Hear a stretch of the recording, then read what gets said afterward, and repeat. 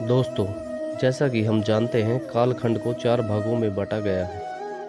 सतयुग, त्रेता युग, द्वापर युग और कलयुग, जिसमें कलयुग को मानव जाति का सबसे श्रापित युग माना जाता है। वहीं कुछ लोग इसे अंतिम युग भी मानते हैं। कबीरदास, सूरदास और रविदास और न जाने कितने ही महापुरुषों ने कलयुग के बारे में बहुत सी भविष्यवाणियाँ की हैं। परंतु क्या आप जानते हैं, विष्णु पुराण में महर्षि वेद व्यास जी ने कलयुग को सबसे सर्वश्रेष्ठ युग कहा है। परंतु उन्होंने ऐसा क्यों कहा और उनके ऐसा कहने के पीछे क्या कारण था, चलिए जानते हैं आज की इस वीडियो के माध्यम से। नमस्कार दोस्तों, आपका हमारे YouTube चैनल पर एक बार फिर से तहे दिल से स्वागत है।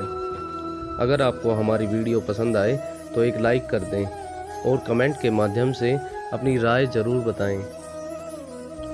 दोस्तों, विष्णु पुराण के अनुसार जब एक दिन महर्षि वेद व्यास जी गंगा में स्नान कर रहे थे, तब कुछ ऋषिगण वहां पहुंचे और उन्होंने देखा महर्षि वेद व्यास गंगा में स्नान कर रहे हैं, तो वह वहीं गंगा के किनारे वृक्ष के नीचे बैठ गए।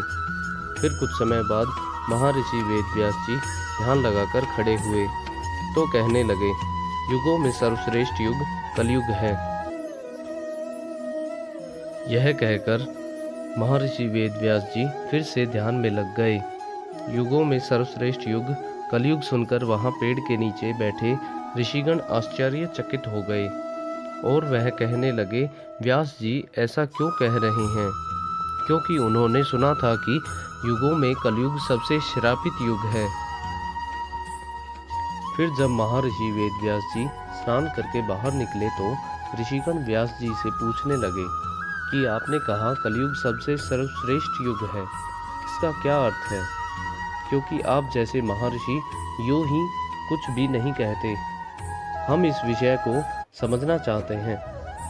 मुनियों के इस प्रकार के पूछने पर महर्षि वेद व्यास जी ने हंसते हुए कहा और वह कहने लगे, हे ऋषि मुनियों, जो फल सतयुग में 10 वर्ष तपस्या, ब्रह्मचर्य और तप आदि करने से मिलता है, उसे मनुष्य त्रेता युग में 1 ही वर्ष में, द्वापर युग में 1 मास में और कलयुग में केवल 1 दिन और रात में प्राप्त कर लेता है। इसी कारण मैंने कलयुग को सबसे श्रेष्ठ युग कहा है।